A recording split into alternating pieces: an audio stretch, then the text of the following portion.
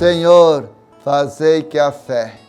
Senhor, fazei que a fé seja plena, sem reservas, e que penetre em nossa inteligência, em nosso modo de julgar.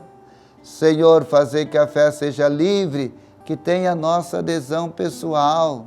Senhor, fazei que a fé seja certa, certa pelo testemunho interior, pela ação do Espírito Santo em nós. Senhor, fazei que a fé seja forte, capaz de nos encorajar diante dos desafios.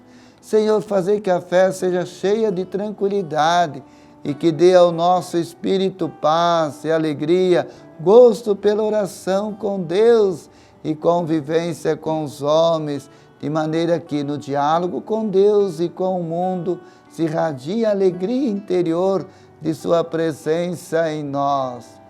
Que o Senhor reavive em sua fé e que você tenha um dia abençoado por Deus.